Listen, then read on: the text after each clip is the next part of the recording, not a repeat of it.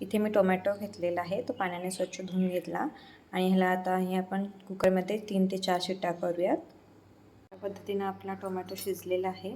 आता ह्याचं आहे कोटिंग आपण काढणार आहोत, कवर आहे तो, आणि त्याला थोडं स्मॅश करून घेऊयात. या पद्धतीने मी स्मॅश केलेला आहे. आता ह्याला मिक्सरच्या भांड्यामध्ये ट्रान्सफर करूयात. आता इथे मिक्सरच्या भांड्यामध्ये 3 ते 4 पाकळ्या लसूण, 3 मिरची आणि जिरे आहे ते घेतलेले आहे. ते सगळं आता आपल्याला मिक्सरला ब्लेंड करून घ्यायचं. तूप टाकूयात आणि याच्यामध्ये आपलं जे मिश्रण आहे ते टाकूया. त्याच्यामध्ये थोडंसं पाणी टाकूया, थोडीशी हळद, चांगलं स्टीअर करून घेऊया